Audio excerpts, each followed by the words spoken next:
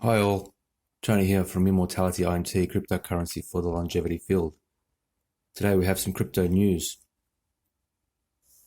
El Salvador leader loved by crypto faithful, but not by bond holders. What's playing out is the poorer nations that are allowing crypto are getting richer, and the status quo are trying to ban it.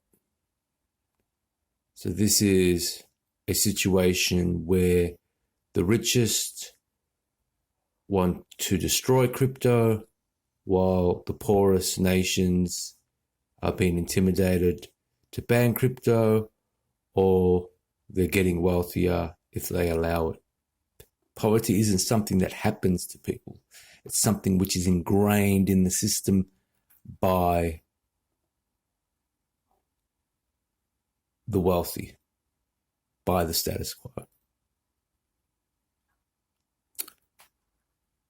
So here we go. Let's read this. El Salvador bonds posted the world's worst losses this year. Investors concerned about country's unconventional finances.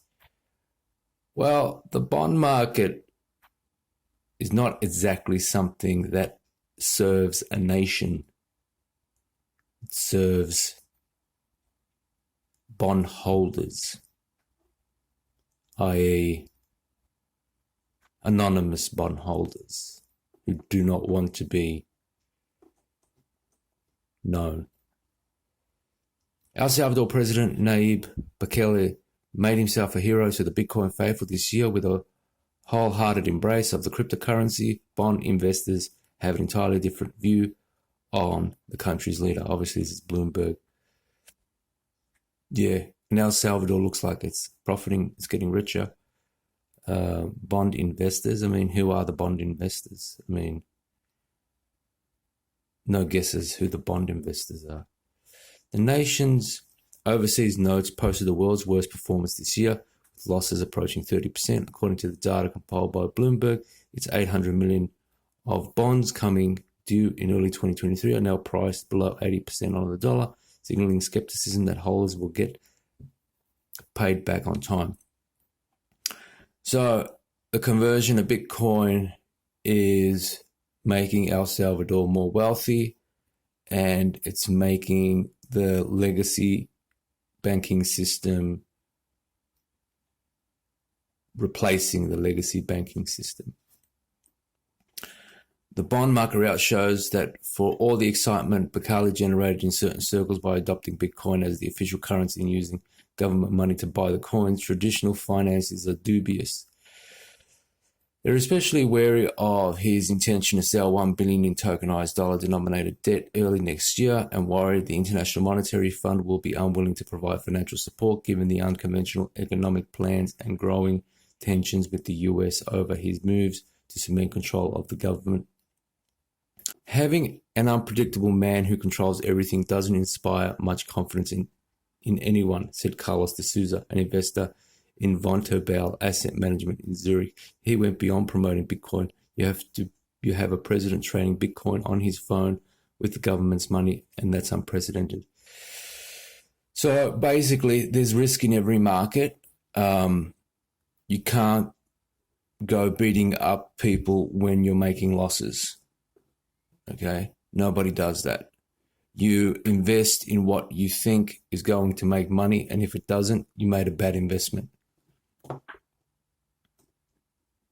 For all the noise around the cryptocurrency bondholders' concerns are more conventional, they see a developing nation that's running up a big budget deficit and may get to the point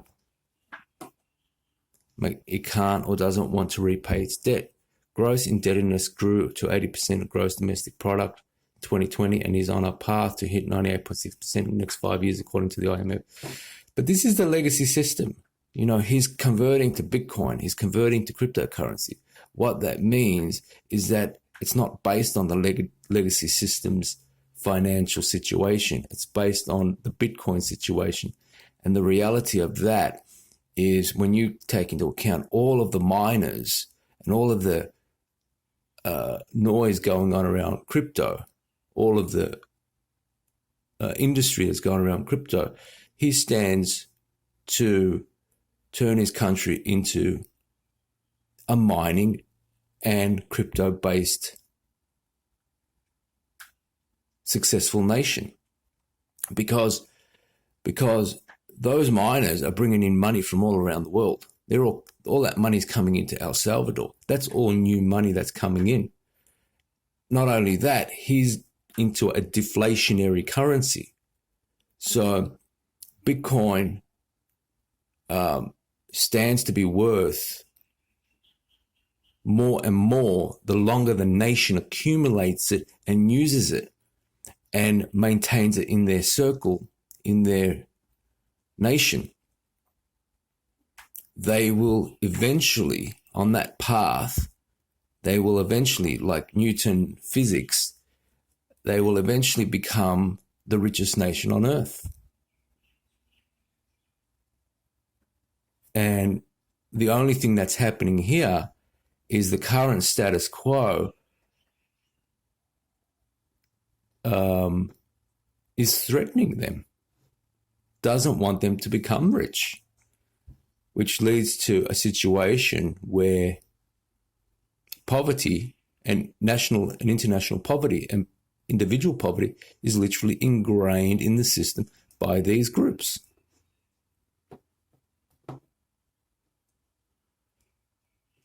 Further complicating the outlook for investors, Bakali has said he plans to issue $1 billion in 10-year bonds next year on Blockstream's liquid networks to yield 6.5%. Half of the proceeds will be used to buy Bitcoin. Some bondholders on Wall Street fear a successful issuance could cause the government to move even further away from traditional financial markets and the IMF. There's a good shot that he's able to get this done, and this is just going to embolden him even further, said Jared Root, a money manager at William Blair Investment Management in New York, who first warned about investing in Salvadorian debt in August 2020. The path of getting paid back really relies on this model, and this model relies on Bitcoin prices.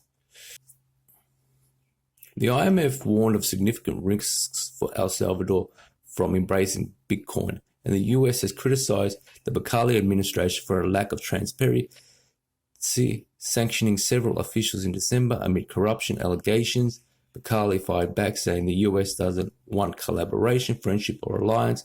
They want absolute subjugation or nothing. Well, now they're just bullying a nation that's succeeding, and the US doesn't like it.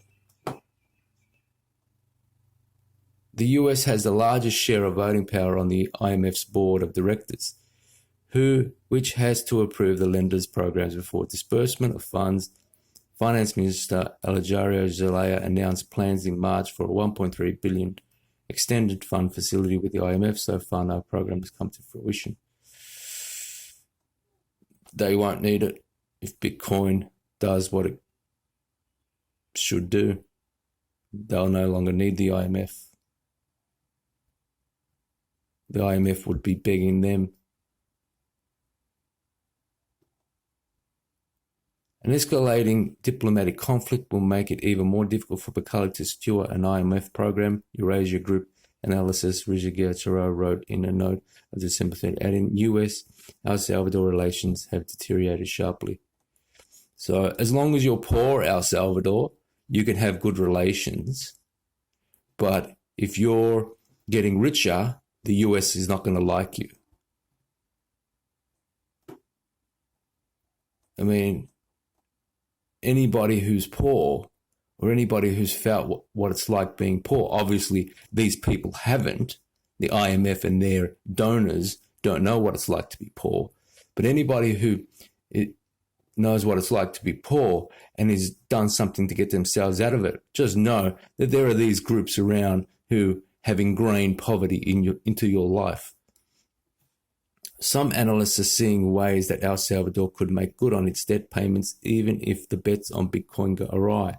Alexandra Arizia, Bitcoin bets go awry. And we all know who's working on making those Bitcoin bets go awry. Alexandra Arazia and Nestor Rodriguez, strategists at Barclay PLC, wrote in a note last month that Bacali could come up with the necessary money by nationalising pension funds.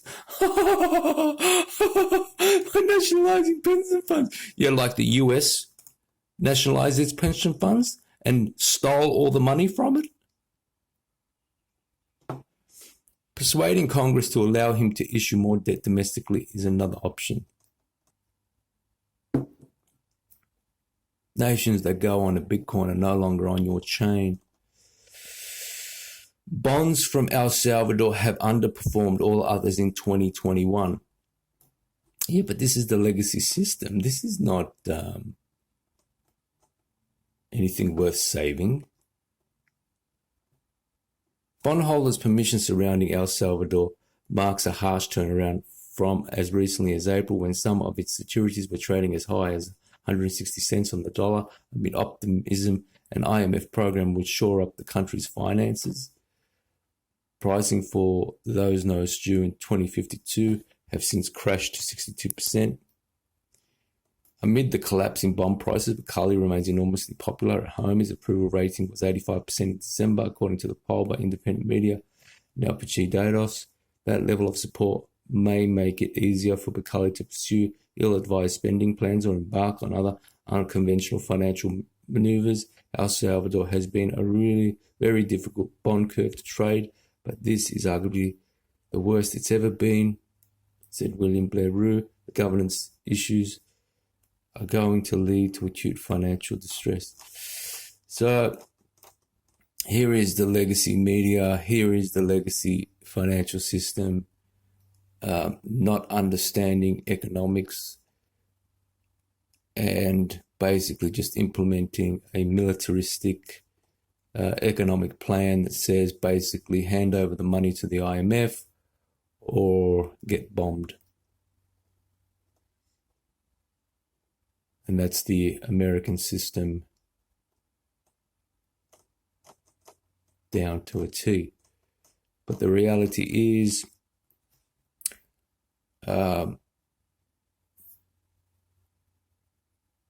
he shows up Bitcoin, he buys all the Bitcoin, he secures all the Bitcoin. It's a deflationary currency. He then spends the deflationary gains on either developing his country or doing his public projects. He's basically put his nation on a currency that gives him a budget every year just for owning the currency.